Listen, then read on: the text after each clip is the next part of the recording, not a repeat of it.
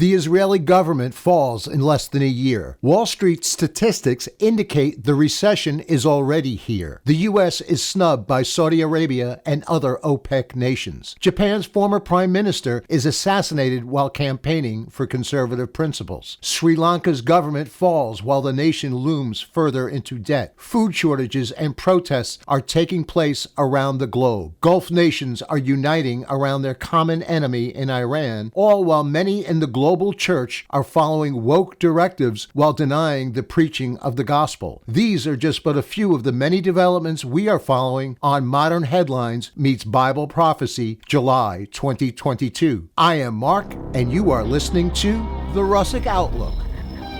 As always, just my opinion.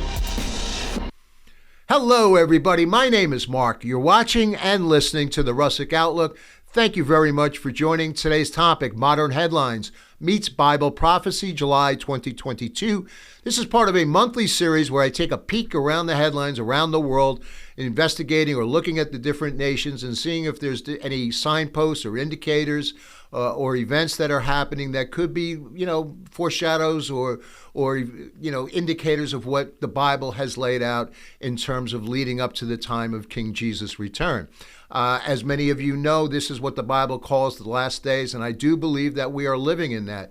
In terms of a timeline, I don't know, and I've always said that Jesus said only the Father knows, so I'll never pretend for that. But Jesus also said that when you see these signs of what he laid out, when the apostles and his disciples asked him, "What will be the signs of your return?" He said, he laid them out, and then he said, "Look up, for your redemption draws nigh." So I believe we are seeing these signs, and it's part of the reason that I do this. I try to take a peek around the world because as an American, I am guilty of looking at what the American headlines are, whether it's political, cultural, the militaries and whatnot. But I force myself to look at all these different online magazines, newspapers, things like that. And again, the headlines from around the world, particularly Israel, because really it's all based upon Israel. If you want to know where the direction of the world is, you can look and start first with Israel and the nation's relationship with Israel. So on that note, before I expand upon this, I'm going to ask if you could please hit the like and the subscribe button, whatever the platform you're on. We're now on Rumble, we're on YouTube, all of the various podcast platforms, Google, Apple, Spotify. So, whatever it is, hit the like and the subscribe button, ring the bell, and leave us a comment. Tell us what you think, if you like it, if you don't like it. Again, all information and all exchange is always good. Last, if you could, I would appreciate, I know many of you have, go to the Russick Outlook, sign up for our email list, and we notify you of new events, new things to come, as well as some indicators for some different Zoom presentations that we do interactively. So let me get into this because there's a lot to cover. And I give you here a little bit of a montage of images. These are some of the things that we'll be discussing and looking at. Because there's a lot that's happening, and I think many of this has been laid out in the Bible. So we'll get into what all of these images are. But before we do, if you're following me on video, I wanted to give you 5 good reasons of why I do something like this and why prophecy is so important. Because prophecy is an indicator of the validity of the Scripture. And without question, God has proven himself and his word faithful and true. So I wanted to cover some scriptures right off the bat about why we can trust the Bible and why we look at things around the world, because the Bible foretold so much of it. So let me go back to the slide here. Number 1 reason, the only one who can predict the future with absolute certainty is he who controls it. Isaiah 14:24 says this, "The Lord of hosts has sworn, saying, surely as I have thought, so it shall come to pass. And as I have purposed, so shall it stand." Number 2, God gives us prophecy to warn unbelievers and comfort believers. That's so important because I believe prophecy is not only given to substantiate the gospel, but it's a gift of mercy because he's warning, the Lord is warning that Jesus is coming. And, Jesus said, I'm coming. I am coming soon. So 1 Peter 1, 3 through 5, it says, "Blessed be the God and Father of our Lord Jesus Christ, who according to his abundant mercy has begotten us again to a living hope through the resurrection of Jesus from the dead, to an inheritance incorruptible and undefiled that does not fade away. It is reserved in heaven for you. You have an inheritance from the King of Kings. It's reserved with your name on it. Who are kept by the power of God through faith for salvation, ready to be revealed in the last time." So again, and I'll be covering some of these. So if you're not a believer, if you're a skeptic, hopefully you'll see some of these scriptures because God's word is true. There's just, it's never been proven incorrect. And, I'll put it this way, and I've said this many times, approximately 1/3 of the Bible is prophetic. And 2/3 of those prophecies have already come to pass. And I'll show you some in a moment here. That proves beyond the shadow of any doubt that the Word of God can be trusted. So let me go back to this. Number 3, prophecy gives us assurance that all of the Bible is true. Numbers 23:19, "God is not a man that he should lie, nor a son of man that he should repent. Has he said, and will he not do? Or has he spoken, and will he not make it good?" Number 4, the Bible and the Christian faith have no rival that can help us to understand the future. Jesus said this, "From that time, Jesus began to show his disciples that he must go to Jerusalem." He didn't say that, but he was telling his disciples, "I must go to Jerusalem and suffer many things from the elders and the chief priests and the scribes and be killed and be raised on the third day." So just as he said, exactly as he said, and the historical records bear this out, that he was killed on the Passover. And the verification of the resurrection has been proven time and time again by many sources well outside of the Bible. And 5, the confirmation of the Bible's truth depends on the truth of its prophetic writings. And I can point this out to you right here. Israel is regathered twice. That's happened.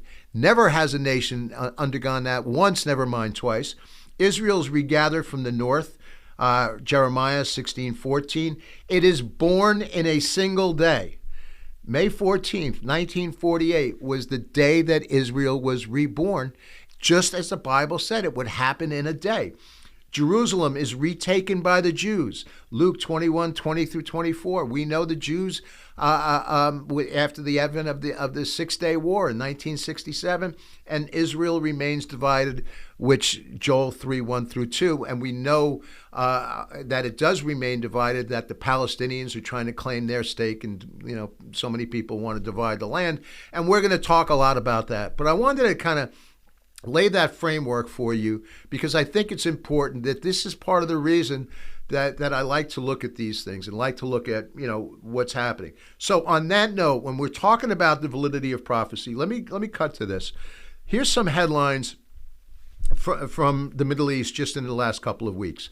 July 21st, Israel watches warily as Russia and Iran build stronger ties.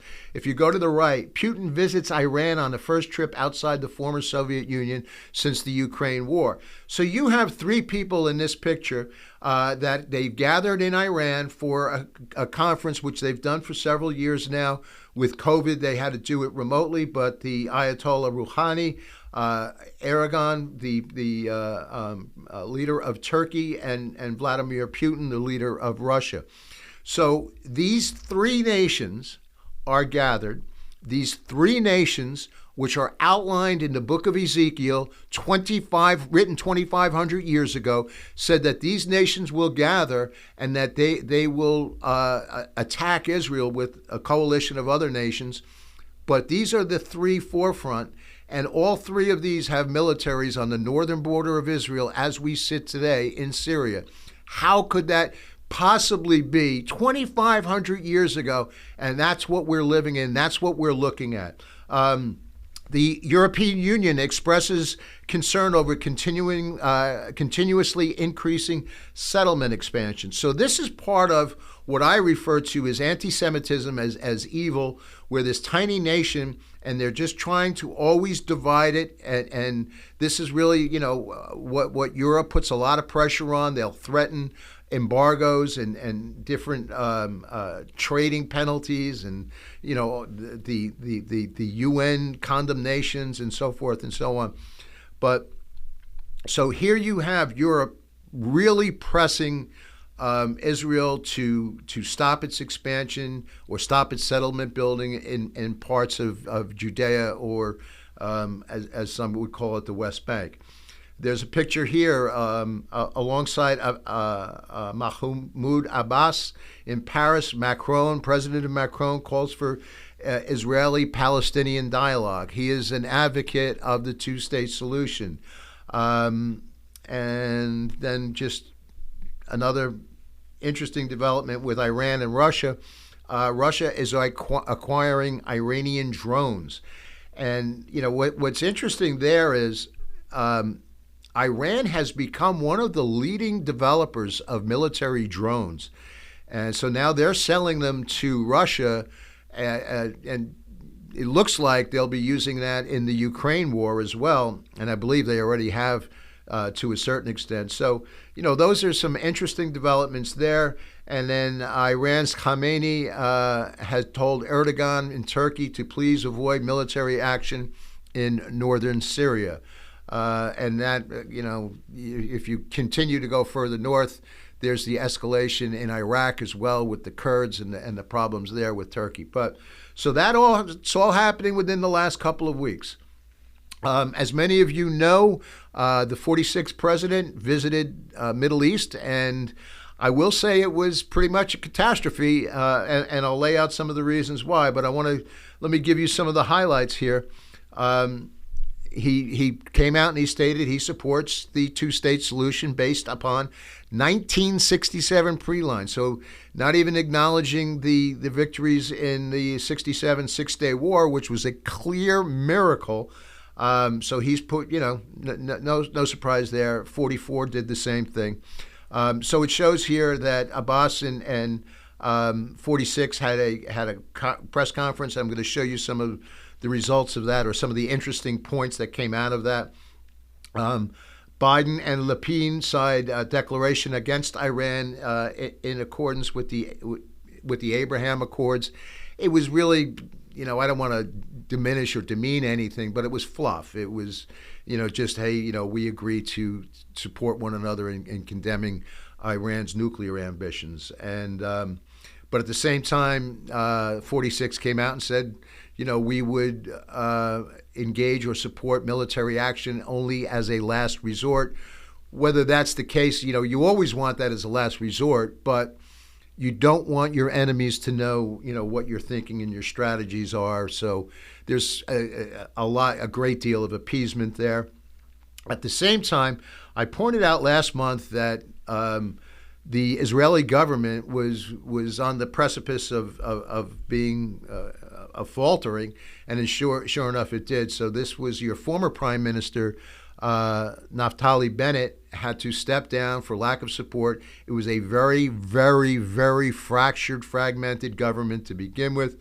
I don't think many people had a great deal of faith in terms of its structure and its support, but I think it went down a lot faster than many people had thought as well.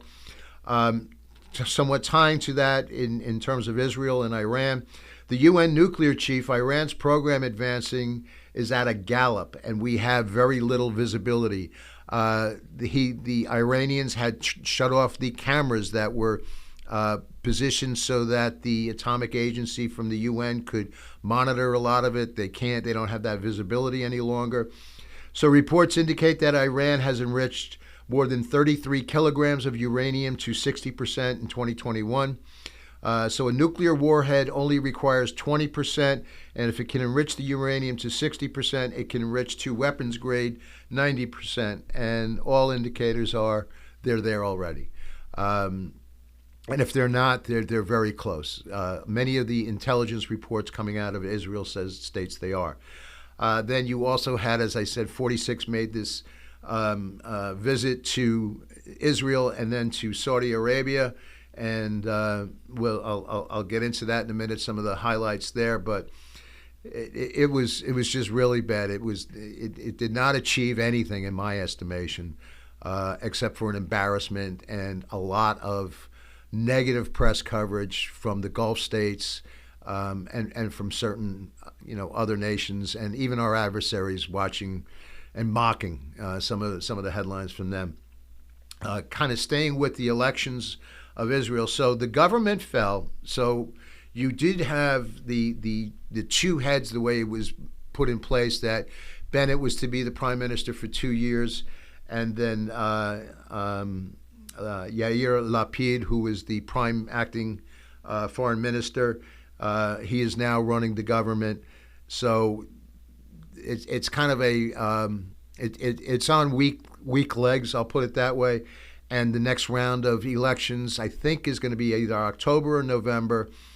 And I believe this is their fifth or sixth round of elections in the last 4 or 5 years. It's very, very unstable. Benny Gantz, who's the defense minister, and he seems to be, very, very popular in the country. And let me just say this too: Israeli politics is unlike anything that you can really bank on. As an American, I'm used to the two-party or even the three-party, where you have a fair degree of people, who stay independent.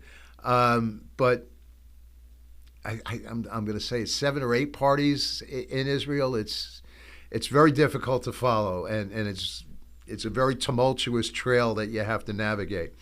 But at any rate, there are indicators that Benny Gantz may be vying for the election in November. So things to watch there. They believe he can get as many as 12 to 15 of the seats for the Knesset, which could give him control. Whereas this previous election cabinet, I believe, came into power with only 5 seats.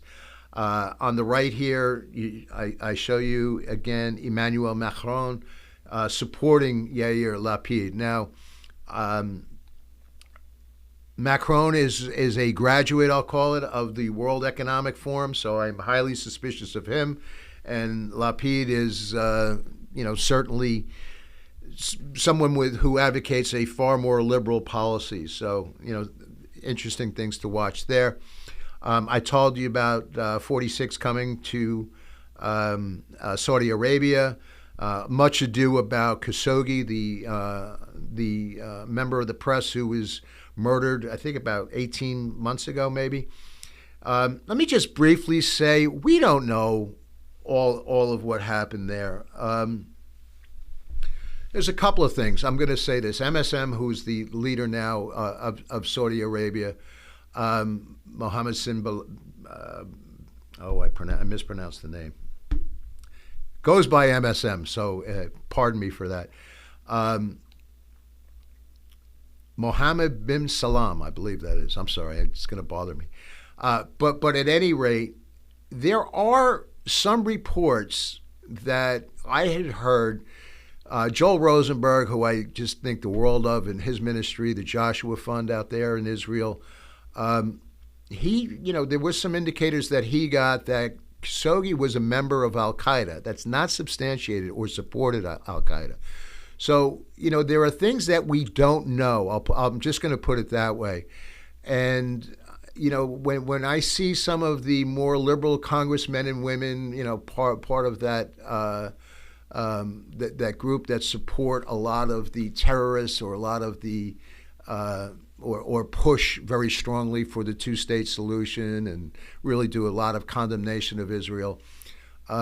We just don't know. And I will say there are so many good reports coming out of Saudi Arabia in terms of letting down some of the or expanding, I'll put it this way, of religious liberties. More female rights in terms of bringing them into government, easing a lot of the restrictions. And I'll just say it this way: Saudi Arabia is obviously one of the kingpins, if not the kingpin of the Middle East, and with Mecca, it's considered for many the home of Islam. So there's a lot of pressure that you have to navigate and deal with. And a lot of the people who are observing MSM's policies over the last couple of years have really given him a lot of credit. And I noticed that when 46 went over there, they slammed Saudi Arabia, and I'm not supporting it in any way, but I am saying that there's progress there, and there are some things where I would think it takes time. And again, supposedly he had a great deal to do with the signing of the Abraham Accords for the UAE and Bahrain. So he seems to be a stabilizing force. They're sharing military intelligence with the Mossad and the Israeli government. They've opened up flying zone lanes where the Israelis can fly over Saudi airspace, I'm sure with certain permissions and stipulations. But, 5 years ago, they couldn't at all. So there's a lot that's happening.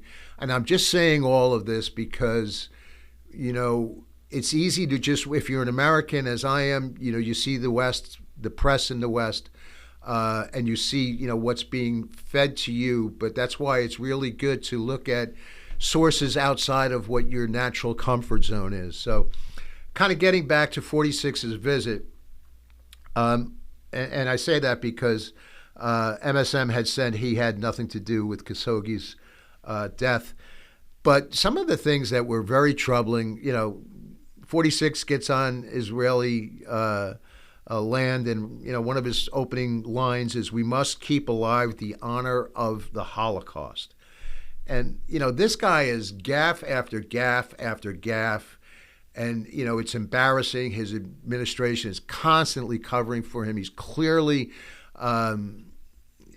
cerebrally challenged in the later stages of life.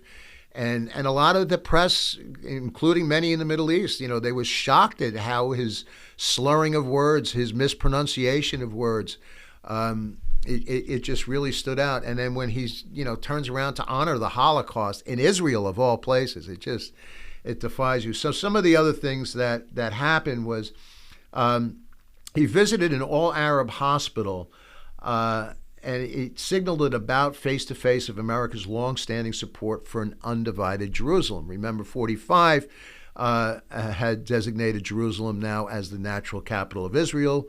No surprise there. But while there, and they made this visit, he refused to permit Israeli officials to accompany him. His team removed the Israeli flag from his limousine. I mean, it's just so weak. It's such a sign of weakness and appeasement. And if you can't, stand on principle, and they clearly can't, and we'll see this in other instances as we move along here, and they refuse to allow Israeli reporters to participate in the press pool. Excuse me. And then some of the other notes that came out of it. 46 began what quickly became a rambling, largely incoherent speech about how much he likes nurses, hates cancer, and misses his late son, Bo, with the most hostile anti-Zionist characterization of any U.S. president in terms of Israel. He basically, made reference to the fact that they were like a colonial power. It was just very, very badly reported throughout Israel and again, other parts of the Middle East. So whereas the rest of the speech was so incoherent, it is hard to imagine it was with anything other than the cuff. 46 slander of Israel as a colonialist power was clearly prepared because it was followed from a quote from an Irish poem. So, these people meaning the administration, the Blinken and the Secretary of State in their office, these are all well tailored words. They're meant to cause strife and division. Then I just talk about here Saudi Arabia. One of the things and the challenges we have is, they support the two-state solution. They want the Palestinians in East Jerusalem. So, clearly that's something that the Israelis, can't line up behind. But that gives Abbas a little bit of juice. Whether that they have to say that for, for public consumption, I'll call it sometimes. And this is common with a lot of, politics. You'll have to say certain things to appease the masses. But, as much as I'm grateful for some of the developments in Saudi Arabia, if you're a Christian, some very interesting developments. Egypt is building some of the largest evangelical churches. They've welcomed evangelical delegations. I mentioned Joel Rosenberg earlier. He's been there a couple times now. To Egypt, Jordan, Bahrain, and the UAE. There's also indications of churches being built there. So these are Muslim-dominated countries where the gospel is going forth. And it may seem like slow developments, but they're important. And I will say this: I've mentioned this a couple of times. Iran is the largest growing church in the world today. So despite the persecution, despite everything that's going on there, Jesus is moving forcefully, and it's just an awesome sight to see. So sticking with Israel, I did want to point out here that the IDF Chief of Staff made the first official visit to Morocco. So they were one of the 4 nations that signed the Abraham Accords, and they're working on joint military ties with Northern Africa. So I don't know how this all plays out, but if you look at Ezekiel 38, there are some nations, whether it's a soft lay down or putting aside, not engaging in the war, I'll put it that way. That could be some of these nations with the Abraham Accord of what Ezekiel 38 laid down, meaning the area of Dedan, which is Saudi Arabia, considered to be Saudi Arabia. But again, some of the Arab Gulf states that have this cooperation. And so I've mentioned Morocco. You've had some cooperation with Sudan. You have Egypt. You have Jordan. And then Bahrain, the UAE, to a moderate degree, Qatar and Kuwait.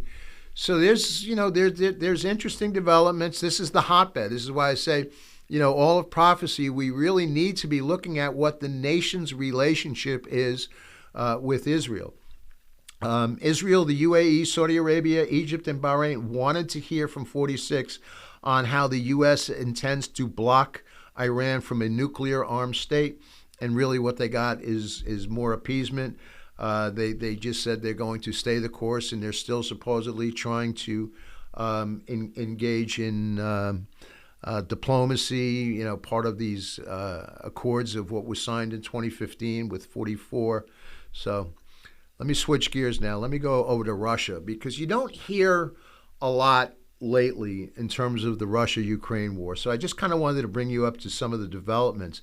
It's important. Ukraine is the largest exporter of grain, and because of the ports that are being captured and blocked, it's hard to get this grain out there and this other information. Other exports out there. So this was in the last couple of days. Russia and Ukraine agreed for a ceasefire to allow some of this food to be shipped around the world because it has a global impact. And we're going to talk a little bit about that. It's just, I think in less than 24 hours after the agreement was signed near Odessa, there were more bombings, so basically the ceasefire didn't hold up. And this potentially has a monumental impact on the world's food supply, and this can't be minimized. And also, we hear so much about fertilizer, and it's the same thing. The farmers don't have the fertilizer, and they can't afford the fuel costs. So you see this is building up. The U.S. is working on Plan B if the grain deal fails. The Ukraine celebrates some success in Kherson. They've been able to get back some land. And the Russian forces are attacking in the eastern portion. They continue that onslaught over there. And so you see, here's Russia and here's the eastern portion of Ukraine, and it goes down into here. And this is the coastal region, and this is kind of where they're trying to keep that intact. And again, the import-export, the lanes are being blocked, and that's really, a big part of the fight there. And it was also something interesting. Lavrov, who's the foreign minister for Russia, he's embarked on an African tour. So they're really building up their might and their influence in northern Africa. They have troops throughout Libya. So Russia, as what was laid out in Ezekiel 38, it's expanding its tentacles. It's in Syria. It's in portions of the Middle East. It has good relationship and ties and partnerships with Xi Jinping and China. It's making its tentacles expanding again into Africa. Its influence on the world with what's happening in Ukraine, and this is the strongest power of what was laid out in Ezekiel 38. And then just a minor note here, but I think it is significant. The Russian Navy took delivery of what is the world's longest known submarine, and one its maker touts as a research vessel. But experts say it is designed as a modified version of Russia's Oscar II class guided missile submarine, made longer with the aim to eventually accommodate the world's first nuclear-armed stealth torpedoes and equipment for intelligence gathering. So, that's pretty big. And a lot of times people are pointing to the fact of how how much hits the Russians have taken with the Ukraine war, but they're still selling gas, they're still selling energy, they're still moving fuel, they still have deals, and the deals are being cut, and they must be purchased with the ruble. They have a lot of exchange going on still with China. So, there's so much to follow there and to watch there as it lines up with. And then the last thing, before I didn't put anything together on this, but I mentioned this last month. The Israelis have deals working now with exporting their natural gas of what has really come into the forefront the last 5 or 6 years into Europe. So as Europe is getting away from purchasing Russian fuel and Russian energy, they're cutting the deal with Israel, and those lines and pipelines are being cut. They're already up through the Mediterranean into Cyprus and parts of Italy. This is all, it's part of it, and this hurts Russia. So here you've got a situation where Israel's natural resources are cutting into the bottom line of Russia, or, what is known in Ezekiel as Gog of Magog. So that could potentially be the hook in the jaw that God says he will put a hook in his jaw and pull him out. So, it's something to watch, something to look for. Let me switch gears to the economy for a second. Wall Street says we're in a recession. The administration is denying it, that we're not going to get there. Some investment firms are saying it's possible, but many say, the numbers are here, the interest rates are going up, it's impacting the housing markets, and, the economy in general is in shambles right now. The GDP, the housing market, the food shortages, the baby food formula shortages, the backup in terms of supply, of getting supply out of the ports. They're talking about more strikes. And, another thing, too, I didn't really mention was the airlines and the havoc that's causing. The shortages, they've lost a lot of pilots and stewardesses because of the COVID restrictions and people not getting the COVID vaccine. So, all of this is contributing to a global financial, I'm not going to call it a meltdown, but it's certainly very serious. Unless, something dramatic happens, I don't see it getting better, because the policies on the American side is not going to help it. The current policies, I'll put it that way. You also had an interesting development with the World Economic Forum called the New Champion Dialogues. They were brought together from leaders from across the globe to look at major global issues, from supply chain to energy transition, the Chinese economy, and they also explored solutions to other global challenges. So World Economic Forum having, kind of expanding its tentacles. Let me switch gears to Asia for a second. We've talked many times about the importance of China and the how they're claiming that Taiwan is really Chinese sovereignty, Chinese land, and that we've recognized Taiwan as an independent nation. So the Speaker Pelosi is planning to make a trip there. The Chinese kind of didn't like that, let it be known. And then the Biden administration came in and strongly condemned her potential trip, kind of asking if she wouldn't go because she thinks, or the administration thinks, that this sends a wrong message to China. So never mind standing on principles or standing with our allies. And then there's always the concern of this administration's, what's the word I want? Compromised situation with China. So much so that, some of our oil reserves that we were supposed to get back into the American markets were in fact sold to some Chinese companies. So interesting developments there. Then you had in Japan, Shinzo Abe, he was the most popular, I think, the prime minister of Japan for many, many years. And he was really a strong and staunch ally and supporter of China, of Japanese nationalism. He pushed for a strong economy, a strong military. He stood up to China in terms of Taiwan. They're very concerned about, the South China Sea and the lanes there. But he was out politically campaigning for some other conservative politicians. He's, and since been removed, but very, very popular in Japan. And unfortunately, he was assassinated.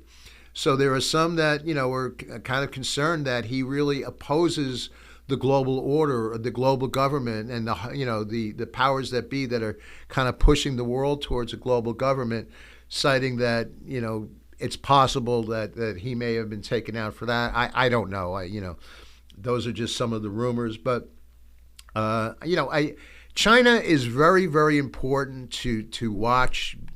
They want to be the dominating power. So, between them and Russia and their partnerships is certainly counterproductive to anything that America would want to do. So I did want to point out, and why do I say that it's important to look at China and, Revelation 9:13 through 16 here. Then the sixth angel sounded, and I heard a voice from the four horns of the golden altar, which is before God, saying to the sixth angel who had the trumpet, "Release the four angels who are bound at the great river Euphrates." So the four angels who had been prepared for the hour and day and month and year were released to kill a third of mankind. Now the number of the army of the horsemen was 200 million. I heard the number of them. I cite that out because China is the only nation in the world that can come remotely close to the army of 200 million, and obviously they could make that advancement over the Euphrates, when you get to the last days, particularly when you get to Armageddon. So, that's why, for many reasons, I like to keep an eye on what China is doing, and I think it is important. And what, again, I cited the Iranian church. Praise God. The Chinese church, the underground church, is flourishing, is booming again. Jesus is Lord in China, and the courage and what's happening. I would encourage you to pray for these people, pray for the Iranians, pray for the Chinese and the churches, the pastors, the leaders there, the men, the women, because they face true persecution. Sometimes I'll hear, that, when we had COVID and whatnot, we being the church being persecuted and doors closing. And, and then I think of really what's happening in some of these other nations, and it doesn't compare. I'm going to switch gears for a second to Sri Lanka. And why Sri Lanka? And I think this is, again, it's kind of important because their government was toppled and they've really kind of collapsed. They're tremendously in debt. COVID has impacted them terribly. Plus, they rely so much on tourism, but they can't pay their debts. They've run out of the basics, food, fertilizers, medicine. They have 22 million people. So, this, I think, is potentially something to look at because we could be seeing this in other nations. And I cite this here. There are other food protests that are happening right now in the month of July in Albania, Argentina, Panama, Kenya, and Ghana. Further protests are also in Nepal, Pakistan, and Central America. They're starting to kind of bubble and surface. So, a step away from famine a couple of weeks ago, the head of the United Nations World Food Program warned that a record 345 million acutely hungry people are marching to the brink of starvation. 345 million people are marching towards starvation. So these are some of the warnings, and this is what the Bible indicated, that there would be starvation, there would be food shortages, and this is what we're seeing. So this is a 25% increase since Russia's invasion of Ukraine in late February. 25% increase in 6-7 months? These are things that we need to be watching and looking out for. 46th announced executive actions on climate crisis because I will say this, for those of you who are in America, Senator Joe Manchin, who is a Democrat, is standing on principle for so many reasons over the last couple of years. And I would say that he and I think the Senator Sinema from Arizona, but more so Manchin, and I've seen this in Manchin for many, many years when he was governor and senator, and he's a man of principle. And while I don't always agree with his politics, he sees the danger in the reckless printing of money, with nothing to back it up. So he's kind of been standing at as almost like a hedge of protection against completely sinking our economy in the ground, because all that this administration and the progressives want to do is print money, which greatly contributed towards our challenges today. Whether you want to say this is inflation and into a recession or not, inflation numbers are I think over 9% now. It's just crazy. But so he announced. I was going to say, I'm sorry, I got two different things confused here. I apologize. But they're both tied together. So he said he's going to be announcing a number of executive orders on climate change because Manchin reportedly said he will not support a package before the midterm elections, which includes provisions for energy and climate. So they want these. The point of the matter is they want these provisions inserted in the printing of money for these climate initiatives, because everything they're doing right now is trying to scare you. Everything that you hear from the government is about fear. It's fear. It's fear. So the climate thing, we've known for years. This is part of their bandwagon. But I will say, and I would encourage you to pray for Manchin if you're so inclined, because he's really been. He's been the man at the door that's kind of blocking the door from the progressives, just going crazy. Then you also have the World Health Organization declares monkeypox a global emergency. This just happened a couple of days ago. And I point out here some of the less impacted nations of what was confirmed and suspected from Australia, Belgium, Canada, France, Germany, Netherlands, Spain, the United States, United Kingdom. And you see these are single-digit numbers. And they're declaring a global emergency. And why is that important? Well, I cited in May, and I reported fortunately on the results in June. But I want to take you to this next slide to remind you. So the World Health Organization is declaring a global health emergency. In May, this current administration wanted to turn over our health sovereignty to the World Health Organization. They made this deal in January, and they didn't release it to the public until April because it was going to be voted on in May. Fortunately, enough people, held it up. Why do I say that? Because they were going to hand over our sovereignty to the World Health Organization, and the World Health Organization right now is citing monkeypox as a global health emergency. So as an American, if this went through and they tried to do this in the dark of night to turn over the constitutional laws to a global health organization, to global governments, and that's how close we are, to some of these things happening. So, side note, that was why it was so important, and that is why, I give a lot of credit to Michelle Bachmann, because she was really ringing the bell, almost like Paul Revere, going, folks, we need to wake up and see what this government's trying to do.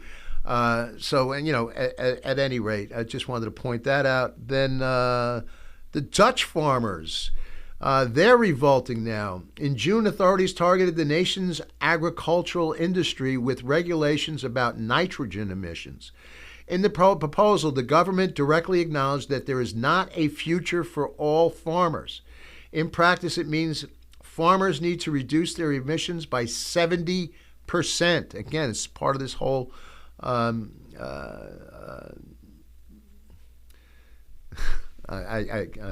not going to say it. I was going to be sarcastic, so I'm not. I'm going to try to be good. I'm going to try. So the farmers are revolting, and the Dutch farmers throughout have been protesting, and they've been having their voices heard. So, again, this contributes to what could contribute to serious food shortages, food problems, again, because of the government mandates wanting to control you, wanting to control what you eat, what you spend, where you spend it. I'm going to switch gears to what I personally consider a troubling picture, and this is what's representing the United States government. This was taken from France by our two government officials. So if you're following me on video, I'll describe it to you here. Two members of this administration, transgender Assistant Health Secretary Rachel Levine and non-binary, can't decide whether she's a man or a woman, Department of Energy official Sam Brinton made a splash at a party of the French ambassador's home. Brinton, who dresses in drag, has boasted online about his puppy roll play fetish, wore a blue dress and high heels. Levine, who Biden elevated from Pennsylvania Health Secretary to Health Admiral, despite a highly controversial handling of COVID lockdowns, wore a uniform with skirt and heels. So, I can only imagine what other nations are thinking. Look, if that's how you want to live your life, that's your prerogative. That's you do whatever you want in the privacy of your own home. But unfortunately, everything is being pushed down our throats. This is part of the whole woke agenda, and I'll get into this in a second with the church. And this is, I can imagine, we're talking about earlier our nation visiting the Middle East and just other nations, and what do they really think of it? What do our adversaries think of when they see images like this and see what we're pushing and peddling? So I'm going to cite Romans 1:26 through 27. For this reason, God gave them up to dishonorable passions. For their women exchanged natural relations for those that are contrary to nature. And the men likewise gave up natural relations with women and were consumed with passion for one another, men committing shameless acts with men and receiving in themselves the due penalty of their error. Romans 1:26 through 27. So, I'm just kind of citing this. This is what is playing out. This is what's being forced down our throats. A couple of years ago, you would have never seen this, but to me, it's intentional. It's obviously intentional. I wanted to point out one other thing here that I was very, very disappointed. This is in Boston, and Boston's a very special city to me. I went to college there. So on the front of one of the oldest and most beautiful churches in the country, the Church of the Covenant in Boston, hangs a large banner. This is what was hung this month. And God said, protect abortion access for all. Ensure Black Lives Matter.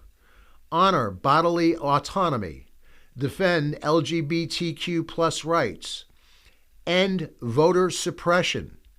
Turn guns into plows. Abandon fossil fuels. Provide sanctuary. Abolish prisons. Disarm hate. Speak truth. Breathe, in other words, love.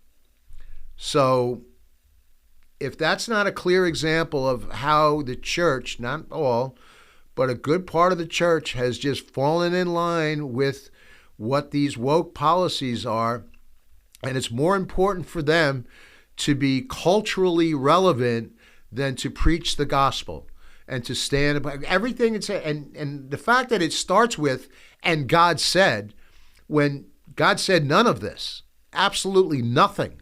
And this was at the banner of one of the oldest and most revered churches in the country, I would say, but in Boston with all of its history. And I'll just point out what 2 Thessalonians 2:3.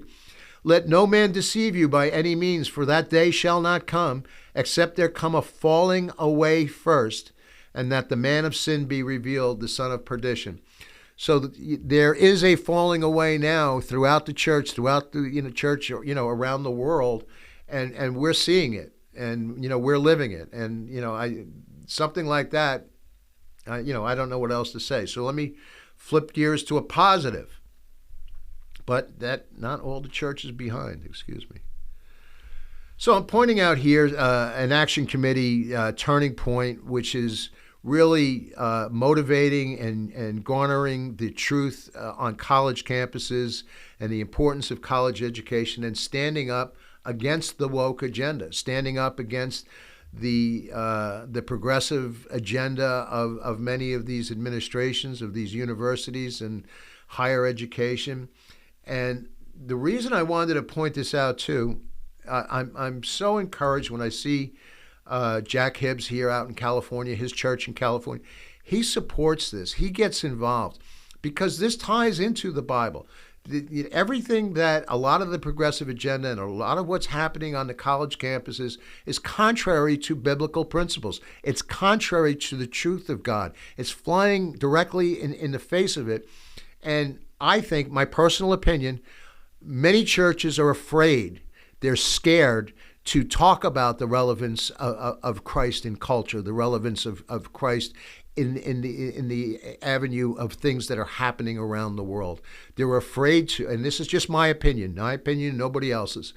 But when I see somebody like Jack, and there are others who are standing on principle and encouraging these young men and women on these college campuses and soon to be in high school and whatnot, encouraging them to get involved and to learn the policies and the directives of many of the politicians on the local, the state, the county, and the federal level, because it does impact us, because much of the agenda is trying to denounce Christian principles. And so I applaud Jack and others like him, and particularly Charlie Kirk, who leads this organization, Turning Point, for having the courage, and they're under a lot of heat. They're under a lot of chastisement, or. So I just kind of wanted to point that out. They just had a conference this past weekend down in Tampa. I know it was in Florida. I believe it was in Tampa. And they're getting involved in politics in the Action Committee because a lot of the policies impact, for instance, what we just saw now with the overturn of Roe v. Wade. And this is what these guys, these young men and women stand for. So I applaud them, and I just kind of wanted to take notice of that and point it out. Last, I wanted to just show you something, flip side of what I think is right around the corner with the global economy. Amazon announced it was expanding new cashierless dash cart. What does that mean? So the new version of the dash cart, shoppers log in through a QR code in the Amazon or Whole Foods Market app. It allows them to easily sign in and begin using the cart. From there, shoppers place their bags in the cart and start shopping, scanning their items using one of the cameras near the handlebar of the dash cart. Excuse me. The cart uses a combination of computer vision algorithms and sensor fusion to help verify each item placed in it and removed from the cart. The cart screen shows a real-time receipt of all items in the cart. When shoppers are ready to check out, they simply exit the store through the Amazon dash cart lane, and their payment is processed using the credit card associated with their Amazon accounts. Shoppers will receive an email receipt. So technology is so advanced now that you can go into the grocery market. They'll follow you. The camera will follow you and pick up your purchasing habits, your likes, your dislikes, much like you see online, where you're looking at things and all of a sudden the pop-up windows and will come up, the advertisements. It's the same premise, but they're monitoring your spending habits, what you're spending on, where you're spending it, what lanes you're spending it on. It's down to every little detail. And I point this out because this is what Revelation says, is that, and I'm going to point out, matter of fact, I'll read this now. He causes all, both small and great, rich and poor, free and slave, to receive a mark on their right hand or on their foreheads, and that no man may buy or sell except the one who has the mark or the name of the beast, the number of his name. Revelation 13. My point here is this technology is here, and so, they will be they being, if you have these global currencies and these global markets, they will be able to monitor everything that you're purchasing and allow you to purchase if not. So they'll, if for whatever reason you don't meet the criteria, we see some of this in the social credit markings in China right now. They can limit, monitor, squash whatever you want to spend. So that technology is here. So, if you're in a grocery store and you're shopping in your cart in one of these stores, it's already kind of Big Brother is following you and watching you. And it's certainly a matter of convenience, and I have no doubt many people would love it. And I'm not saying, it's bad in that way. But my only point is, the technology is here. So think about John when he wrote this in Revelation a couple thousand years ago. Could he have imagined that's technology is that here? Is that quick? If you think about I have it right here. I have an Apple Watch, so it's on my wrist. It's already, but people are conditioned that they'll just put the Apple Watch near the scanner, and boom, you can take all my my credit information and what. I don't have it in my watch. I don't use that, but the technology is there if I wanted to. So all of these things, to me, more indicators, more signs of things to come. So let me close on that note. I want to just thank you for your time. If you have any questions, comments, feedback, alert me to things that I may not be aware of that's going on that are tied into some of the topics that we've discussed. By all means, I would love to hear from you. If you have any prayer requests, please email russickoutlook@gmail.com. I'm happy to do that. And any questions that you might have, let me just do this. And again, I'm just so grateful for your time, and I want to thank you. If you have any prayer requests, let me just say it this way. I wasn't sure, but if you don't know the Lord Jesus Christ, or if you're not sure, you can ask him into your heart. Everybody who sees this video will acknowledge that you've fallen short. You've missed it. You've lied. You've cheated. You've done things that are wrong. And it is only by the saving grace that Jesus Christ has laid out in the Bible, and it's all of these things that we've covered. He's made himself known, and he wants to make himself known to you. So I encourage you to please ask him into your heart the Bible makes it very simple. He said, they that call upon the name of the Lord shall be saved. So if you confess with your heart and believe, that Jesus Christ died and rose from the dead for your sins, and you speak that, you ask him into your life, he will come into your life. So I don't know if I said that for somebody, but if I did, wonderful. I just want to thank you again for your time. Just email me. I'll leave it at that. You've been listening to The Rustic Outlook, and remember, as always, just my opinion.